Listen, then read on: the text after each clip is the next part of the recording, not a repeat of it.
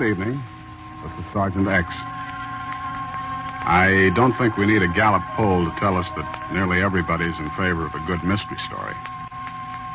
There's enough would-be Sherlock Holmes in most of us so that we get a kick out of attempting to solve a crime, even if it's only on the radio. So get out those magnifying glasses and meerschaum pipes for tonight's adventure in the Mystery Playhouse.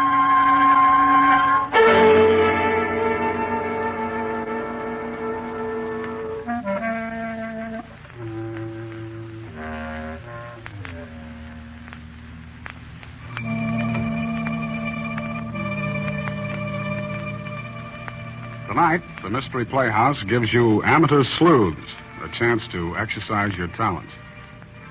We invite you to match wits with the author of tonight's story, Earl Derbiggers, creator of the Charlie Chan series, and see if you can solve his mystery before the solution is finally given. You will be presented with a murder and 5 likely suspects. And if you catch the various clues as they come, you'll be able to put your finger on the murderer before the curtain falls. And here is a hint to the most important clue of all. It's contained in the title of tonight's tale, 50 Candles. Good hunting.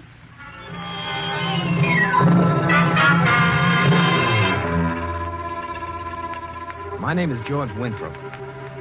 I'll never forget that horrible night I stood alone in the library of my former employer, Henry Drew.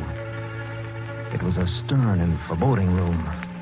The heavy yellow fog from the fields of marsh grass seemed to be pressing close against the window panes. I'd been invited to Henry Drew's birthday party. Inside the big house, it was oppressively quiet. And then suddenly, I ran the door of the dining room. The table was set with gleaming silver and white linen. In the center stood a cake with 50 pink candles. I took a few steps across the room and stopped, horrified. There was a body on the floor.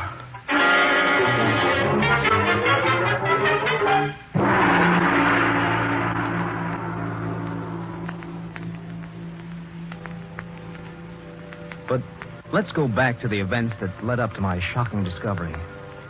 4 years ago, Henry Drew, the San Francisco millionaire, had hired me to take charge of a copper mine in China. The mine had been a failure, and Drew promised that if I could make it pay, he'd reward me with a third interest in the property.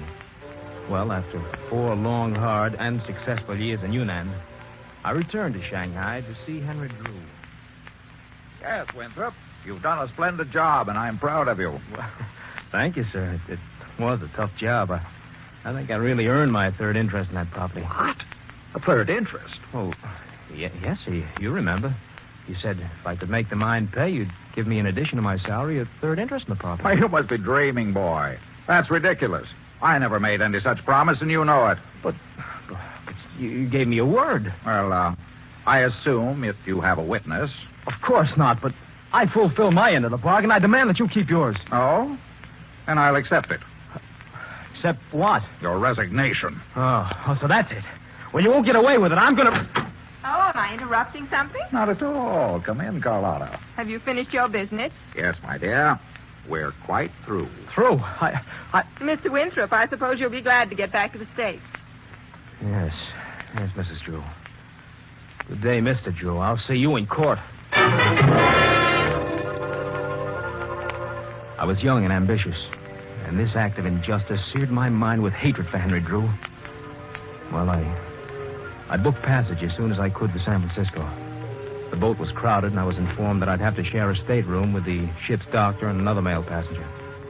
When I went on board and down to my stateroom, I found that already... Make yourself comfortable, Mr. Winthrop. Oh, thank you, Dr. Parker. There'll be another gentleman in here, they tell me. Put my bags in here, Hung. Yes, Mr. Drew. Oh, hello, Doctor. Huh? Winthrop, what are you doing here? These happen to be my quarters, Mr. Drew. Well, in that case, I'll have mine changed immediately. Come along, Hung. Yes, Mr. Drew. What a character, Dr. Parker. The famous Henry Drew made his millions swindling other people. Well, you'll have to admit he has good taste in women. Mrs. Drew is quite attractive. Oh, sure. But he's old enough to be her father. Who's the young American girl that Drew hired as traveling companion for Mrs. Drew? Oh, she's Mary Telfair. Oh? You must be interested. Well, I am, but so far it's all on my side. Excuse, please. Missy Drew would like Dr. Parker come to Drew's stateroom right away. Oh, yes. I'll be right along, Hung. Thank you, Doc. You know, it's an odd thing about his relation to Drew. It's more of a slave than a servant. Slave? Yeah. About 20 years ago, Henry Drew saved his life. And for that, Hung pledged Drew 20 years' servitude. Old Drew really exercised his rights as a master, too. Once he even prevented Hung from marrying a Chinese girl that he fancied. Later, the girl married old Dr. Sue. Well, I imagine Hung will be very happy when his 20 years of slavery end, that he can do as he pleases. In any event, better luck with your romance.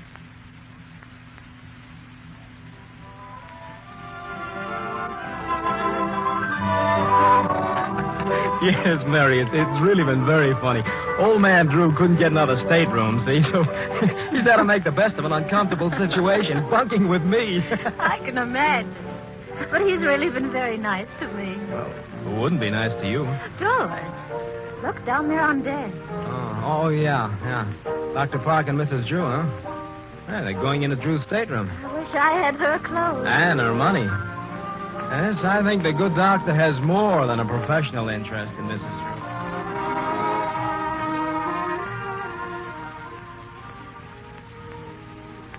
Yes, I gave Mr. Drew a sedative, and he's sleeping quite soundly. The old fossil. It would be too bad if he didn't wake up. Couldn't you arrange matters, Doctor? No, Carlotta, that would be too obvious. I think we'll just have to be patient and let nature take her course. Uh-oh, here comes Hung. Excuse, please, Missy Drew. Mr. Drew asked me to tell you he would have dinner 8 o'clock. Very well, I'll be ready. Thank you. I told Mr. Drew. He knows more about Henry's personal affairs than I do. Well, what about Drew's son, Mark? Has he made up with his father? I remember they quarreled years ago. No, he's a lawyer, and he has no use for me. He thinks I married Henry for his money. And just between ourselves, Doctor, I think he was right.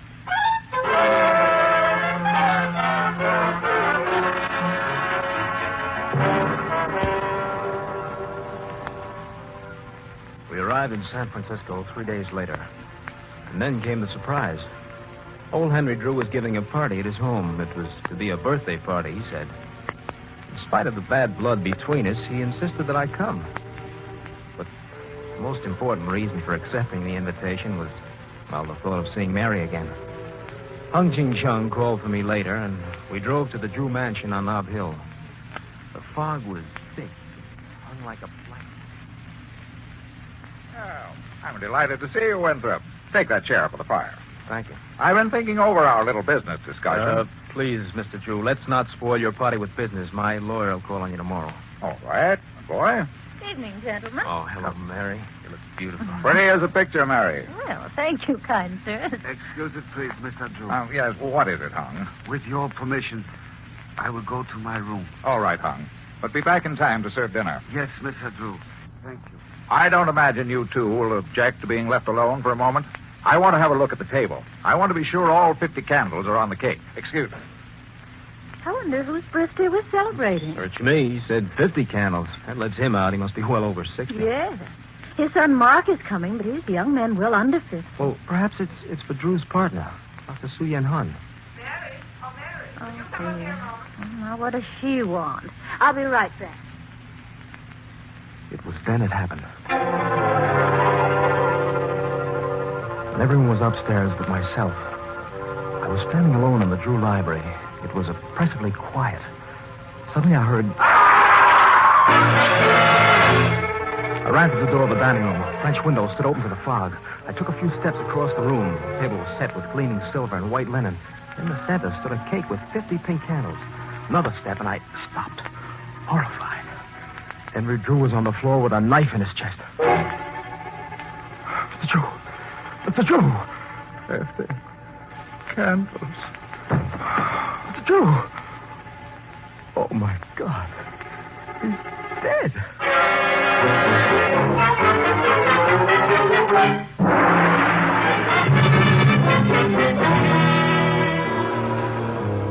I was shocked and horrified as I stood there in the Drew dining room with Henry Drew's dead body at my feet. I stepped quickly at the open French window and saw a dark shadow across the lawn which disappeared in the twinkling of an eye. I heard running footsteps on the gravel path outside. With Without thinking of the danger or consequences, I stepped out on the veranda, stumbled down the stairs, and tried to follow along the path. And then suddenly... Hey, look out. Good Lord, Winthrop. Oh, Dr. Parker, am I glad to see you? Well, what in the world are you doing out here? Something terrible's happened. Well, what is it? Speak up, man. Henry Drew has just been murdered.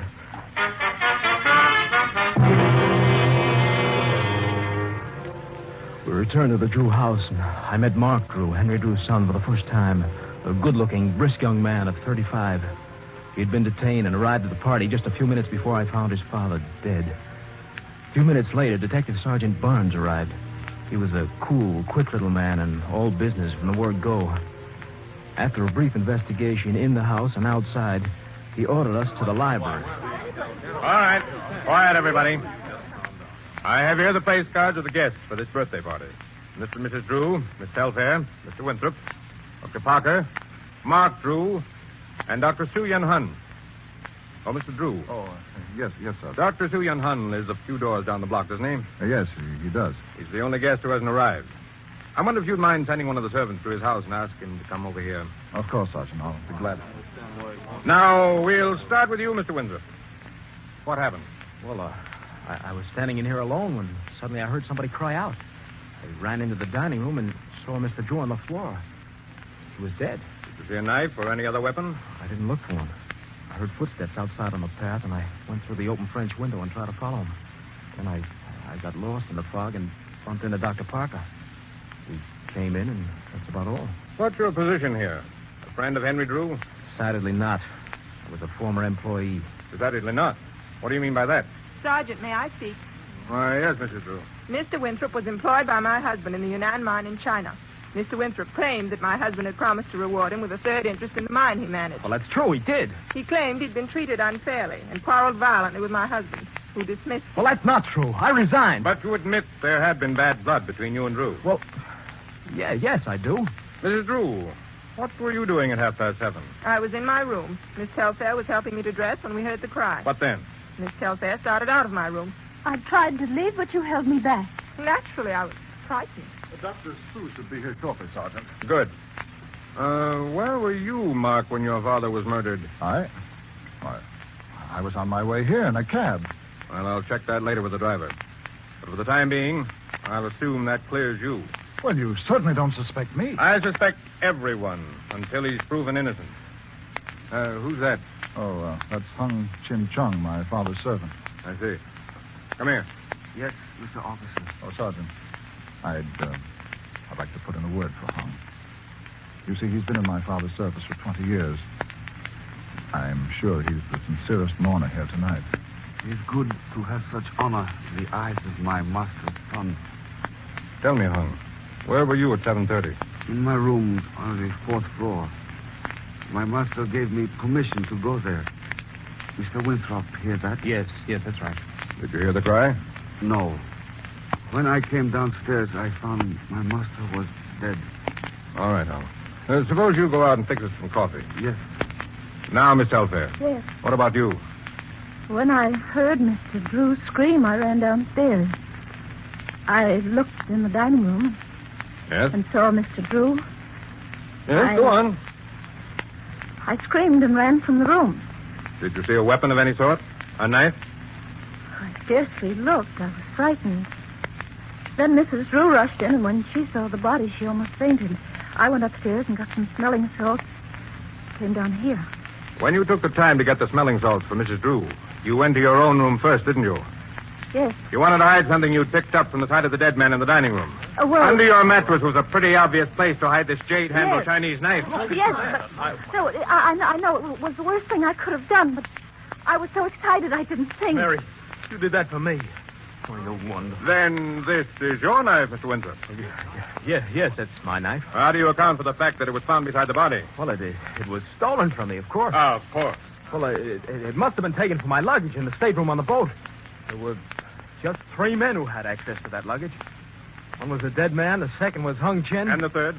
Dr. Parker. Nonsense. What motive would I have? Motive enough. A secret love affair with my father's wife that's been going on for more than a year. Lust for money and a well-known lack of scruples, my dear doctor. I tell you, I didn't steal Winthrop's knife. Why not? A man who would steal another man's wife would hardly stop at the theft of a dagger. Never mind, Mark. I'll take that. Hello. No, this is Detective Sergeant Barnes. What? When? Yes? Yes, I see. Well, very well. Just don't touch a thing until the police arrive. Oh, what is it, Sergeant? Is something wrong? Plenty. That was the servant you sent for Dr. Su Yan Han. What? Is the doctor coming? I'm afraid not. Dr. Su Yan Han has been stabbed to death.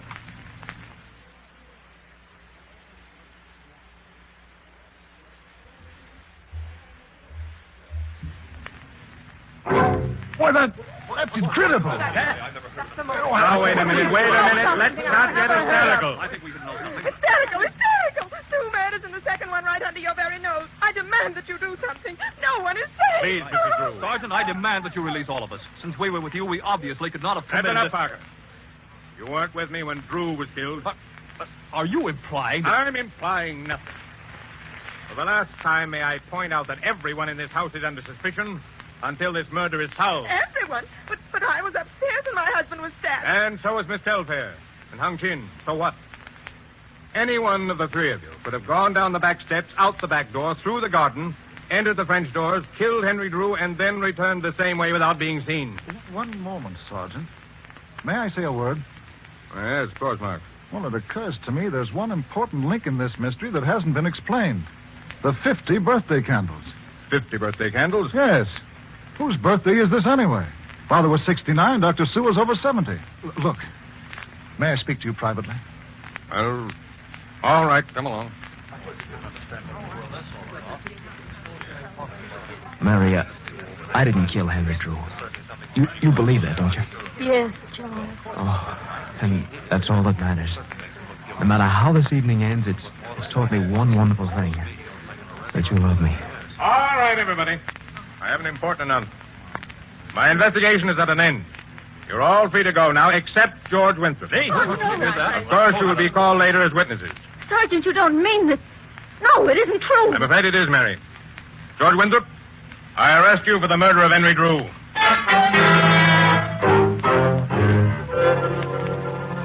I dropped into a chair beside Mary, too shocked and stunned to speak. And then strange things began to happen. All the guests left except Mary and myself. Sergeant and Mark Drew went into the next room and appeared to be consulting together. When they came out, Sergeant Barnes warned us to be quiet and turned out the lights. He stamped around the hall and opened and closed the doors. Then everything was quiet. The 4 of us, Mark, Mary, the sergeant, and I, sat there in the darkness. Minutes passed like hours. What did Sergeant Barnes have in mind? It was so quiet I could hear the clock ticking. Now, Mark, anyone attempting to leave or enter the house would have to pass through this hallway, right? That's right. Good. Now, you better slip out. Take your place in front of the house now. Right, Sergeant. Good luck.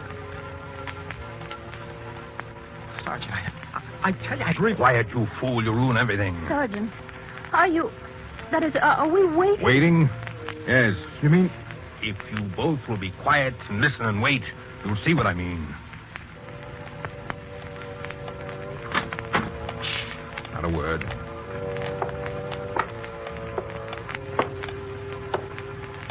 George, he has something in his hand. Oh, no, you don't? Well, that takes care of that. what happened? Who is it? The murderer. Who else?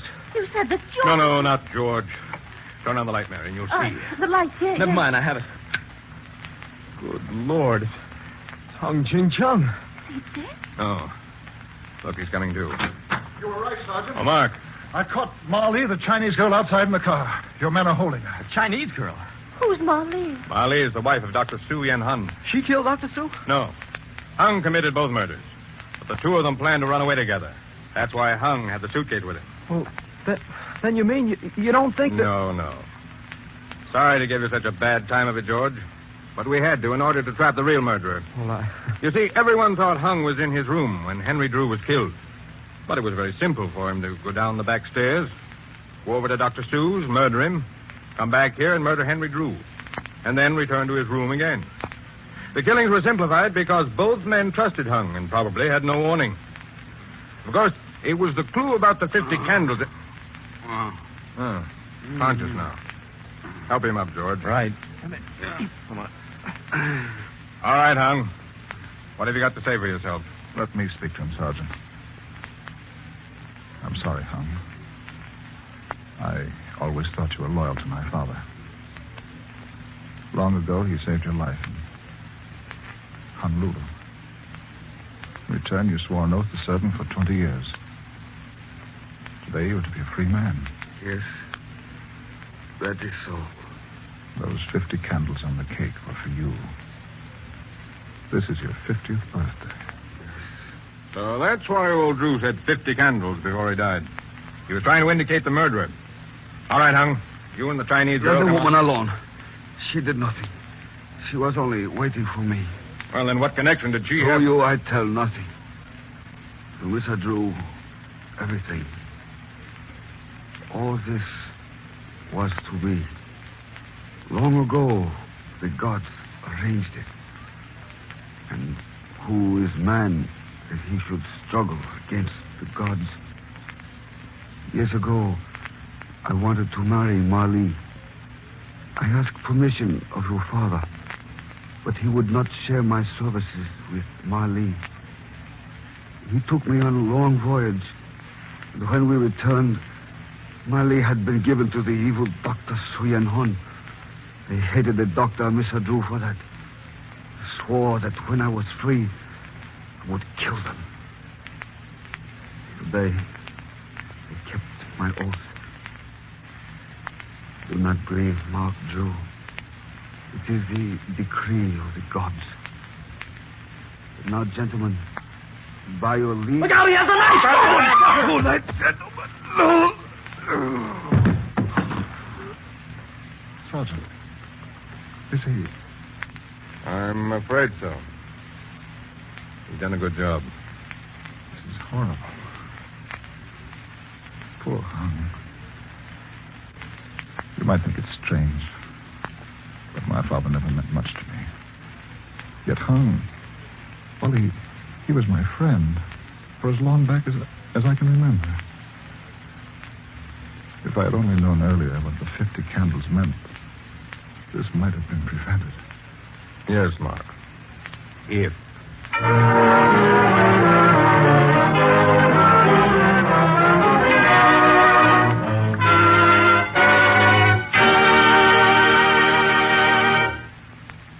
Well, that's the curtain on tonight's mystery, 50 Candles. How did you do? Were you able to outsmart the author and put the finger on the murderer? Or did you just jump from one suspect to the other, finally drawing a blank? Well, if you got it right, congratulations. If not, better luck next time. Say, before you put those detective tools away, follow me to the green room and see if you can't pick up a clue or two about our next performance in the Mystery Playhouse. Follow me, please. Come.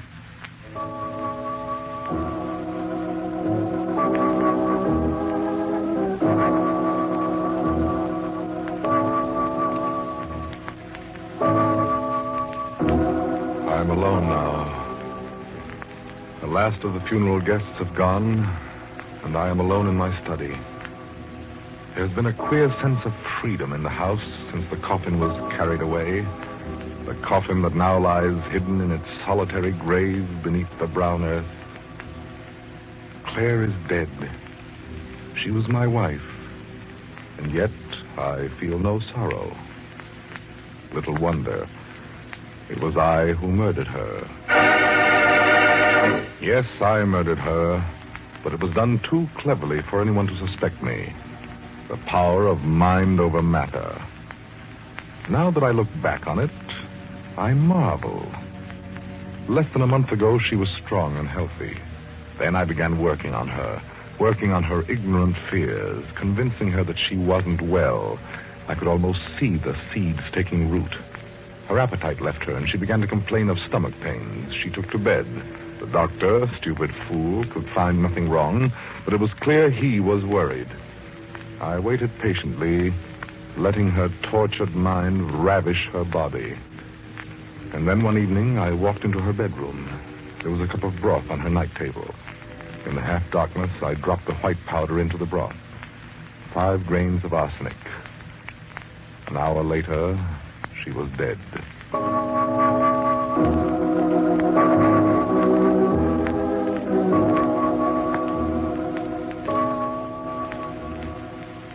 Now the worst of it is over. The long night when she lay cold and still in her room adjoining mine. The funeral, the tearful platitudes of our friends, the weeping and wailing. Over, done and gone with. The money is mine to do with as I please. No longer will it be doled out to me at her whim and pleasure. All mine. I shall close the house. No one will question that the memories of familiar things are too keen to bear. But first I must discharge the cook and the housemaid. Immediately. Come in. You wanted to see me, Mr. Goddard? Oh, yes, Hannah. Come in and close the door, please. Yes, sir. What's that you're carrying? It's a picture of the madam. I found it in the attic, and I polished the silver frame. I thought you'd like to have it, sir, to remind you. Oh, yes, of course. Thank you, Hannah. It's a very good likeness. That is, until she was taken ill. I never saw anyone change so fast. It's the nature of her disease, Hannah. Somehow I can't believe she's gone. Every now and then I have a queer feeling that she's still here. You're just upset. I have a feeling she wants to tell me something. Hannah, please. I didn't mean to talk about it, but I keep listening for a voice, waiting to hear what she wants to tell me. When they took her out of her bedroom, I wouldn't let Millie straighten up. I wanted to do it myself. And there, on the night table, was the last thing I'd brought her. A cup of broth. She drunk part of it, but... Hannah, I'd rather not discuss it. I'm sorry. I shouldn't really go on like this, not after what you've been through. Waiting on her hand and foot. I wondered why you didn't hire a nurse those last weeks. Oh, I preferred to do it myself. I was afraid a nurse would have alarmed Mrs. Goddard. Yes, and they're always prying into what doesn't concern them, aren't they? They think they know more than doctors do. Of course, some doctors don't know much at that. Mrs. Goddard couldn't have had a better doctor. And nobody could have done more for her than you did, sir, I'm sure. There are few husbands who would have done what you did.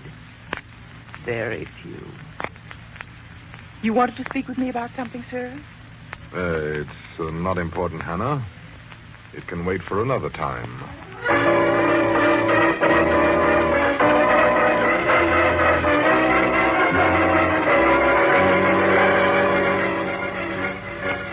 For long minutes after the door had closed behind her, I could feel my heart pounding madly. The palms of my hands were cold and damp. Everything had changed. The feeling of well-being and satisfaction was gone, and in its place was nervous, uncertain fear. Why had she made it a point to mention the cup of broth? And what else had she said? Oh, yes. Few husbands would have done more for their wives. More than I did. Very few. The words had double meaning. Had she meant them that way? No, it was impossible. Just a coincidence. A ghastly turn of a phrase. There was nothing to worry about. Nothing. Well, it doesn't look like you'll have much detective work to do in this one. The murderer's already told us who he is. Sounds to me like our next production is going to be one of those psychological stories going all out for terror. No, sir. I don't think there's going to be anything light and airy about our next attraction. So, if you like 'em grim and frightening, be right back in your seats when we raise the curtain on The Web. This is Sergeant X, closing the doors of the Mystery Playhouse. Good night. Sleep tight.